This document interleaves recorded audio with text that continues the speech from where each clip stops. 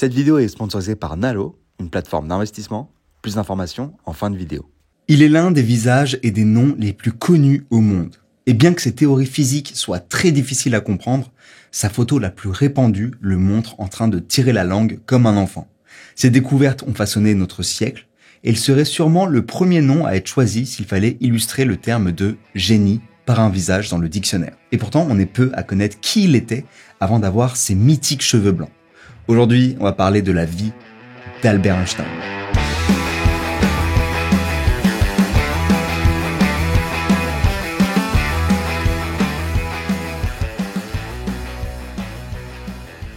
Le petit Albert naît en 1879 à Ulm en Allemagne. Ses parents sont des juifs de classe moyenne qui s'installent à Munich l'année après la naissance d'Albert, leur premier enfant. Le père Hermann gère une compagnie d'électricité qui flirte toujours avec la faillite et vit un mariage heureux avec sa mère Pauline, la mère d'Albert, pas de Hermann. Voilà. Sinon je suis pas sûr que ça fasse une lumière. Si vous voyez ce que je veux dire. Leur fils Albert va grandir dans une famille ouverte d'esprit pour qui l'éducation est très importante. Donc on est sur un bon petit départ. Voilà. Mais au début, rien ne prédestine vraiment ce bébé à devenir le plus grand génie de son siècle. Il a notamment beaucoup de difficultés pour apprendre à parler. Alors il finit par y arriver, au grand soulagement de ses parents, qui ont carrément consulté des médecins, pour vous dire à quel point c'était inquiétant. Mais c'est quelque chose qui a un peu devenu un trait de caractère pour lui, parce que plus tard, il dira qu'il ne réfléchit que très rarement avec des mots, mais qu'il forme plutôt sa pensée à l'aide d'images. Le petit Einstein est une personne très solitaire, il préfère rester séparé des enfants de son âge, et il passe la plus grande partie de son temps à rêvasser. Là par contre, on reconnaît bien les premières graines d'un futur intello. Il fait aussi des châteaux de cartes d'une dizaine d'étages sous l'œil impressionné de sa petite sœur Maya. Mais là où il goûte pour la première fois à la saveur de la science, c'est à un moment très précis. Quand il a 5 ans, il est malade et il se repose au lit, lorsque son père lui apporte une boussole. Il est très fasciné par le mouvement de l'aiguille magnétique qui bouge sans qu'on exerce de force mécanique dessus. Ça l'impressionne au point qu'il commence à trembler. Genre vraie révélation quoi. Bon, c'était aussi peut-être l'effet de la grippe, on n'est pas sûr. Mais en tout cas, c'est le moment où il prend conscience qu'il y a des forces cachées qui impactent les choses. On peut dire que c'est une boussole qui a guidé le jeune Albert vers la bonne direction. Mais c'est pas seulement un jeune scientifique en devenir. Sa mère Pauline, qui est une excellente pianiste, l'incite à prendre des cours de violon. Et ils font des petits covers de Mozart à deux. Voilà. La musique est quelque chose qui va accompagner Einstein, puisque bien des années plus tard, quand il aura des blocages en travaillant sur la relativité générale, il va se poser dans sa cuisine et improviser des mélodies au violon pour faire le vide dans sa tête. Donc voilà, violoniste et curieux, c'est très bien, mais ça ne donne pas de diplôme. La famille d'Einstein est juive, on l'a dit, mais pour autant, ce n'est pas du tout des personnes pratiquantes, et son père dira des rites juifs que ce sont des vieilles superstitions. Donc il s'en fiche un peu que leur Albert commence l'école dans une école juive. Et comme en plus, il n'y en a pas à côté de chez eux, la question elle est vite réglée. Ils l'inscrivent dans une école catholique, et Einstein se révèle être un petit étudiant très brillant, notamment en mathématiques, où il résout des problèmes complexes d'algèbre. Très en avance, il trouve son sparring partenaire intellectuel chez Max Talmud, un étudiant en médecine, qui venait manger chez la famille. Voilà. Max lui donne des livres de sciences qui le fascinent profondément et lui conseille même de lire Kant. Voilà. Einstein, qui a 13 ans, comprend de manière claire un livre aussi compliqué que la critique de la raison pure. Ce qui est assez ouf. Essayez de lire un passage maintenant et vous allez vous rendre compte de l'exploit. Donc c'est grâce à ce shopping d'idées avec Talmud qu'il prend aussi goût aux questions d'électricité et de lumière. On dira plus tard qu'Einstein a répondu avec un cerveau d'adulte à des questions d'enfant. Et c'est à ce moment qu'il lance les premières pierres de ce qui sera son œuvre à venir. Avec une telle avance intellectuelle, l'école l'ennuie beaucoup, et surtout il n'aime pas du tout le ton militaire avec lequel l'enseignement est donné.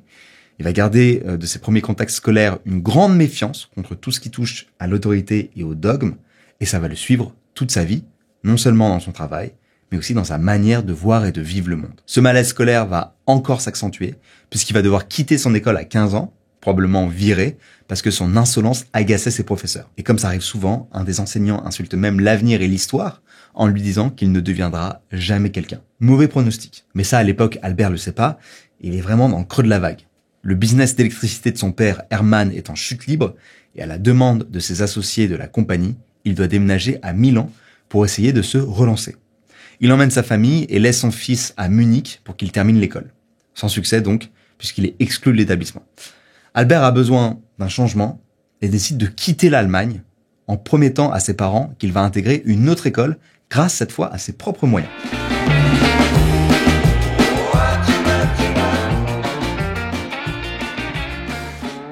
Il passe l'été 1895 à Pavie, en Italie, avec ses parents et travaille pour son père. Il arrive à résoudre en un quart d'heure des problèmes qui occupent les ingénieurs pendant des jours. L'Italie fait beaucoup de bien à Einstein. Il découvre le plaisir des randonnées dans les Alpes et la délicatesse des Méditerranéens, qui sont un soulagement après la sévérité qu'il a connue jusque-là. Il a alors 16 ans et travaille l'examen de passage pour pouvoir entrer à l'université polytechnique de Zurich, accessible sans baccalauréat.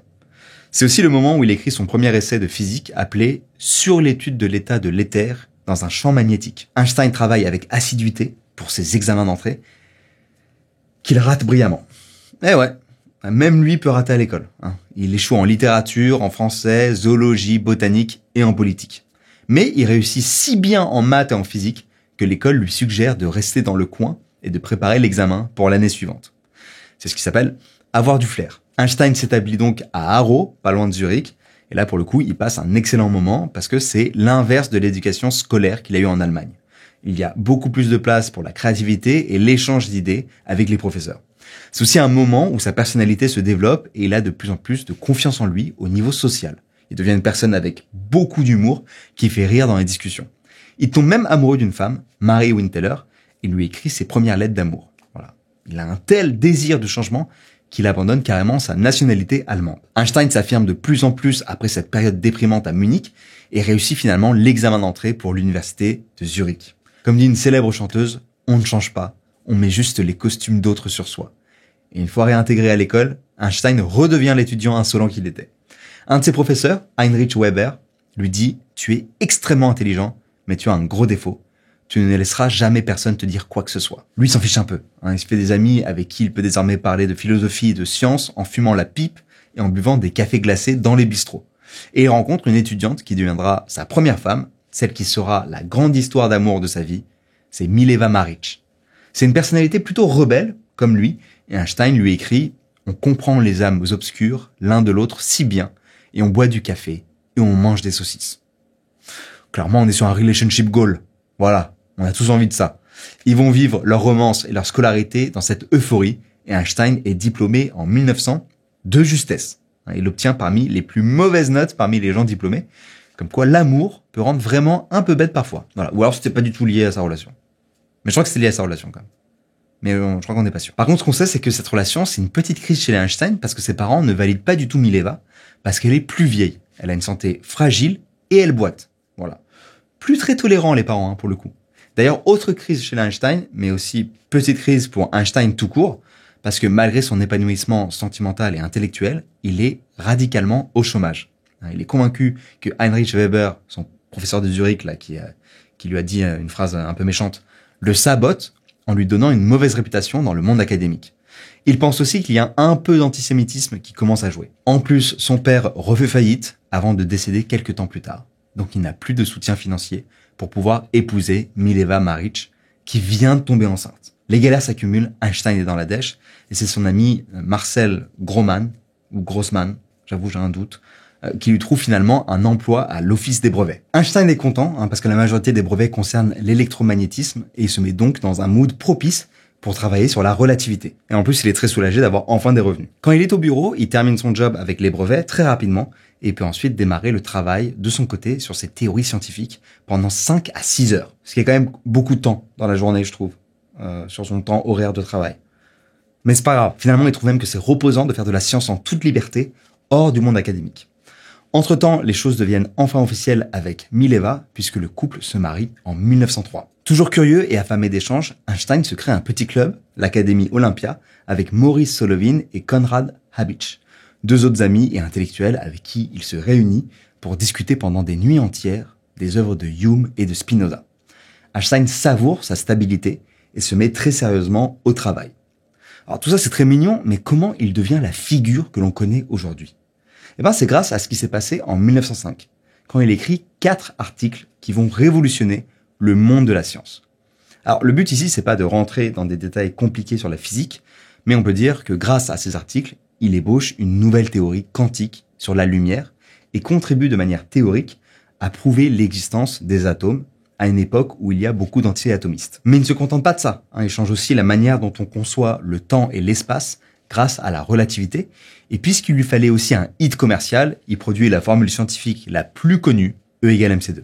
Celle qui est fondamentale pour la physique nucléaire. Rien que ça. En un an, devant de telles prouesses, on pourrait supposer qu'Einstein est directement devenu une rockstar du monde scientifique. Eh ben, pas du tout.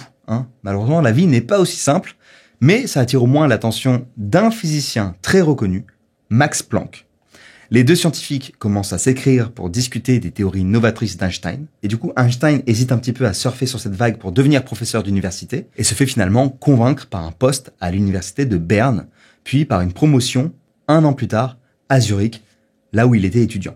On est en 1909, Einstein est désormais un professeur âgé de 30 ans.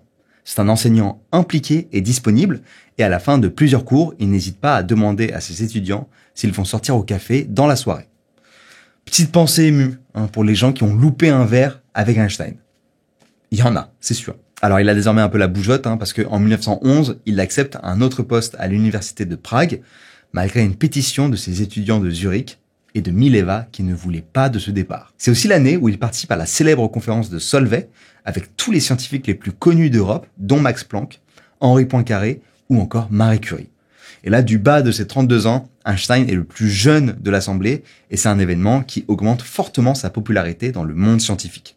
On lui propose alors un nouveau rôle important à l'université de Berlin et lui qui avait détesté son temps en Allemagne accepte quand même la proposition. C'est aussi le moment où son mariage avec Mileva Maric commence sérieusement à battre de l'aile parce que Einstein vole à gauche à droite pour ses conférences et passe la majorité de son temps à travailler sur la relativité. Leur mariage aura donné 3 enfants, dont le premier est mort en bas âge.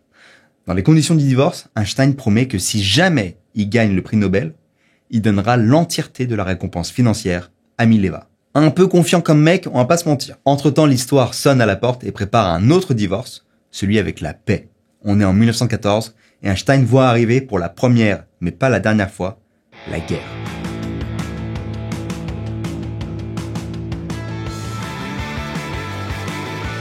Einstein se révèle être un fervent pacifiste militant. Et pour lui, c'est la responsabilité des scientifiques que de prendre position en faveur de la paix. Mais la guerre n'empêche pas son travail. Et en 1915, il présente sa théorie de la relativité générale à l'Académie de Prusse. C'est vraiment quelque chose qui va le fatiguer à cause de la complexité mathématique de tout ça. Encore une fois, en bref, c'est une théorie qui dit que la gravité n'est pas une force, telle que définie par Newton, mais c'est plutôt une courbure de l'espace-temps. Donc en gros, la masse d'un objet déforme l'espace-temps et crée ce que l'on perçoit comme une force qui viendrait de la gravité. Et donc plus un objet est lourd et plus il va déformer l'espace-temps. En 1919, cette théorie est testée lors d'une éclipse solaire et on s'aperçoit que la lumière, au lieu de se propager tout droit comme l'aurait expliqué Newton, arrive légèrement déviée parce qu'elle suit finalement la courbure de l'espace-temps. Lorsqu'on lui annonce que l'expérience prouve sa théorie, il n'est même pas surpris. Voilà. Ce qu'il ne voyait peut-être pas venir par contre, c'est qu'à partir de ce jour, il deviendrait une superstar. Et c'est assez étonnant de voir le grand public se prendre d'un tel enthousiasme pour une théorie scientifique aussi complexe. On peut supposer que, après avoir vécu une guerre, il y avait un appétit naturel du monde pour la science. En plus, les journalistes sont heureux de voir que pour la première fois, le scientifique qui les interviewe n'est pas une personne désagréable et grise, mais un jeune adulte drôle et charismatique. Ces deux éléments combinés font d'Einstein une vraie figure publique. Alors, il vit sa célébrité avec un goût doux amer, aussi attiré que repoussé par les caméras et l'intérêt de la presse. En plus, il traverse pas cette fame tout seul, puisqu'il épouse Elsa, sa cousine, avec qui il entretenait déjà une aventure vers la fin de son mariage avec Mileva. Voilà, la deuxième femme d'Einstein, c'était sa cousine. Et personne ne me l'avait dit avant. Mais quand vous avez des ragots comme ça, balancez-les. Ça, c'est un fun fact, on a envie de savoir ça. Voilà. Maintenant, vous savez. Einstein vit des relations assez compliquées, autant sentimentalement qu'amicalement, et il écrit lui-même que « je suis réellement un voyageur solitaire et n'ai jamais appartenu de tout mon cœur à ma patrie, mon logis, mes amis ou même ma famille proche. Confronté à tous ces liens, je n'ai jamais oublié la notion de distance et de solitude. » Un peu dark Einstein, cette citation.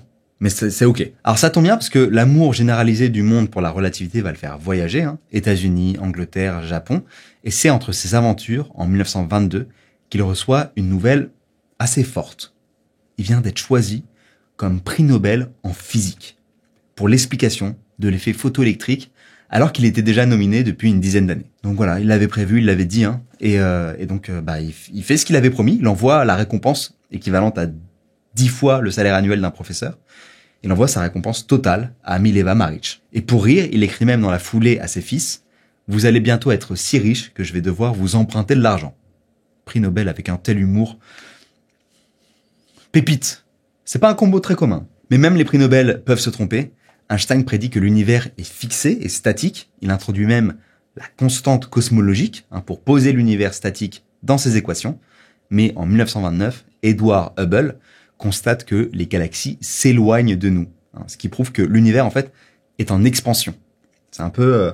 l'espace s'étend et donc les galaxies deviennent de plus en plus éloignées les unes des autres. C'est comme un muffin avec des grains de chocolat. On le met dans un four, la pâte se lève et donc les grains de chocolat s'écartent les uns des autres. Voilà. Oui, on est sur une petite métaphore culinaire pour expliquer l'expansion de l'univers. On est des gourmands. Voilà. Du coup, Einstein rend visite à Hubble 2 ans plus tard en Californie et va lui confier que la constante cosmologique est, je cite, sa plus grande gaffe. C'est aussi durant ce voyage qu'on va voir un des duos les plus incroyables de l'histoire, Einstein accompagné de Charlie Chaplin à la première du film Les Lumières de la Ville. Et pendant que le binôme se fait acclamer, Chaplin glisse à l'oreille d'Einstein cette phrase géniale « Tous ces gens m'applaudissent parce qu'ils me comprennent et ils vous applaudissent parce qu'ils ne vous comprennent pas. » Incroyable. La punchline est incroyable. Une chose par contre que Einstein ne comprenait pas non plus, c'est le dogme et l'autorité, comme on l'a vu avec son enfance. Et regarde donc avec dépit la montée au pouvoir d'Hitler en 1933 et l'antisémitisme qui augmente de plus en plus. Même si c'était un grand pacifiste lors du premier conflit 20 ans auparavant, il comprend cette fois que la liberté passera par la guerre. Mais évidemment, lui-même ne peut pas se battre. Et devant le danger qu'il commence à sentir de plus en plus imminent, il embarque, après avoir consulté Churchill, depuis l'Angleterre, vers les États-Unis à nouveau. Alors, très sage décision, parce que les nazis ont pillé sa maison en Allemagne à la recherche d'armes communistes, mais ils n'ont trouvé qu'un couteau à pain. Sûrement pas l'arme la plus dangereuse qu'il y avait en Allemagne à ce moment-là, si vous voulez mon avis. Au State, on donne à Einstein un poste à l'université de Princeton, et les journaux disent que l'endroit est désormais devenu le Vatican de la science, rejoint par le pape de la science. Et la prochaine étape, vous le sentez peut-être un petit peu venir. Léo Szilard, un scientifique hongrois, est convaincu que les nazis préparent l'arme nucléaire. Avec d'autres intellectuels, comme Edward Teller, ils veulent alerter le président des États-Unis Roosevelt sur le danger qui se prépare. Mais pour augmenter l'impact de leurs paroles, ils veulent y ajouter la voix d'Einstein, le scientifique le plus renommé. Il participe donc à la lettre où il encourage le président à continuer les recherches sur l'uranium, indispensable dans l'élaboration éventuelle d'une bombe. Pourtant, il n'a jamais été appelé pour participer à Los Alamos, où s'est tenu le projet Manhattan d'Oppenheimer, et où l'idée de la bombe a été concrétisée. Après la guerre et les explosions sur Hiroshima et Nagasaki, Einstein mesure le danger mondial qu'implique cette nouvelle arme. Il s'engage donc directement pour fonder avec Szilard le comité d'urgence des scientifiques atomistes, qui milite pour le désarmement nucléaire. C'est d'autant plus important pour Einstein qu'à cause de la lettre au président et de E égale MC2, l'opinion publique le voit un peu comme un des grands responsables de la bombe nucléaire, comme le montre cette couverture du Times en 1946. Même si en fait, c'est la découverte de la fission en 1938 qui permet la bombe et pas la formule d'Einstein. Et il est profondément troublé par les critiques et par cette malhonnêteté intellectuelle. Dans la foulée, il se cherche probablement d'autres luttes et s'engage pour les droits civiques des personnes noires aux États-Unis. Et de passage dans une université, il déclare « Les gens de couleur continuent d'être séparés des blancs aux États-Unis. Cette séparation ne résulte pas d'une maladie des gens de couleur, mais d'une maladie des blancs. Il est impensable que je me taise à ce sujet. » De très sages paroles de sa part, alors qu'il se prépare désormais à ses dernières années. En 1952, il est âgé de 73 ans, et le premier ministre d'Israël lui propose le poste de président. Une sorte de consécration étrange pour un homme qui aura passé sa vie à fuir l'autorité et qui aura aussi été discriminé pour son origine juive alors qu'il n'a jamais été un religieux. Il disait d'ailleurs « Je crois au Dieu de Spinoza, qui se révèle dans l'harmonie de tout ce qui existe, mais non en un Dieu qui se préoccuperait du destin et des actes des êtres humains. » Il a très bon goût en philosophe. Voilà. Et d'ailleurs, si vous vous en souvenez, Spinoza avait été excommunié par les communautés juives. Voilà, je vous mets, on en a parlé, on a fait un épisode dessus. Je vous le mets en description. Donc voilà, là c'est tout l'inverse avec cette offre de présidence. Au passage, je connaissais pas du tout l'anecdote et je la trouve folle. Qu'on lui ait proposé d'être président, comme ça, d'Israël. Je trouve ça insane. Alors Einstein va poliment refuser cette proposition, sinon vous le sauriez, et il ne sera donc pas président d'Israël. Ce sera le dernier événement majeur dans une vie bien remplie. Le génie s'éteint en 1955 d'une rupture d'anévrisme. Alors juste avant sa mort, il refuse une ultime opération médicale, disant qu'il préfère s'en aller avec élégance. Il souhaite aussi ne pas être enterré pour pas que sa tombe ne devienne un lieu d'hommage qu'il trouve inutile. Par contre, lorsqu'il décède, un médecin vole son cerveau, ce qui est quand même assez fou. Il veut mener des analyses pour voir ce qui rendait Einstein différent des autres. Voilà. Et il se rend compte qu'à part le fait que son cerveau est un peu plus léger que la moyenne, il n'y a pas de différence notable. Voilà. C'est donc avec cette anecdote que se termine la vie de celui qui aura apporté à la science une figure de pop star grâce à son image et à son engagement. Le 31 décembre 1999, le Time le choisit comme l'homme le plus influent du siècle. Comme quoi, il y a de l'espoir pour les étudiants un peu rebelles qui se font virer. Encore aujourd'hui, Einstein est un personnage majeur, autant parce que sa photo sert à illustrer les fausses citations qu'on lui prête, mais aussi parce que ses paroles sont précieuses. En 2018, une lettre où il parle de Dieu est vendue à 2,89 millions de dollars aux enchères. Et heureusement pour lui, il était meilleur scientifique que poète, mais je trouve que sa personnalité haute en couleurs se devine un petit peu derrière ce poème qu'il a écrit après une balade à vélo en Californie. Donc, je vous propose qu'on termine là-dessus. Jamais je n'ai vu plus beau, là-haut le soleil, en nous la paix. Tous les cœurs étaient en extase, et moi je n'avais pas scrupule à pédaler comme un bienheureux. Avant qu'on se quitte, j'aimerais vous parler du sponsor de cette vidéo. Alors, vous aussi voulez peut-être donner un coup de pouce à vos enfants ou même à votre ex-femme ou ex-mari, mais contrairement à Einstein, vous n'avez pas gagné de prix Nobel, a priori. Eh ben, c'est pas grave, et ça peut se faire quand même grâce au sponsor de cette vidéo. Cette vidéo est sponsorisée par Nalo. Nalo, c'est une solution pour gérer votre épargne et financer vos projets grâce à une assurance vie en ligne. Une assurance vie, c'est un produit d'investissement qui vous permet de faire fructifier votre argent tout en bénéficiant d'avantages fiscaux. Dedans, vous pouvez mettre des actions, des obligations, du fonds euro.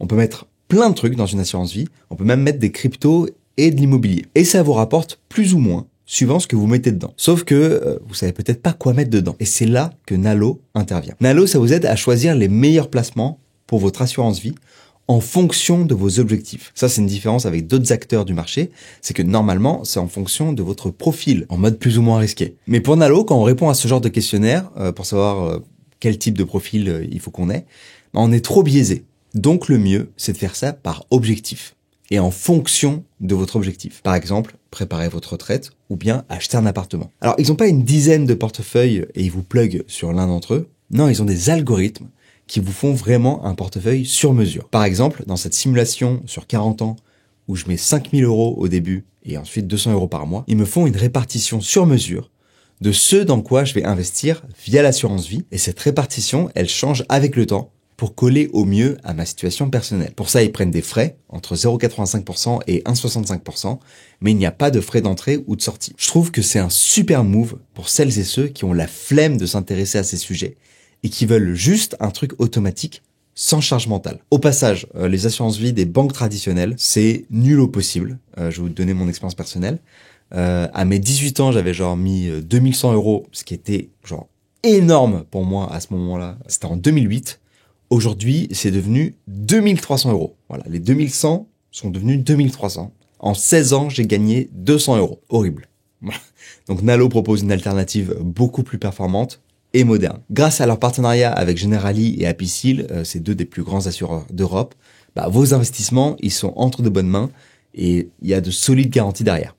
En plus, la plateforme, elle est super intuitive et vous pouvez suivre l'évolution de vos placements en temps réel. Ils proposent également des portefeuilles thématiques comme les portefeuilles éco-responsables pour ceux qui souhaitent investir dans des entreprises ayant un impact positif sur l'environnement et la société. Vous pouvez prendre un rendez-vous en visio avec eux, c'est gratuit, donc profitez-en. Voilà, moi j'en ai fait un, c'était hyper intéressant. Je vous laisse le lien en description pour faire la simulation et il faut évidemment laisser votre adresse mail pour prendre un rendez-vous. J'espère que ça vous plaira. Je les remercie d'avoir sponsorisé cette vidéo. J'espère que cette vidéo vous aura plu. Love, peace, ciao. On se revoit bientôt.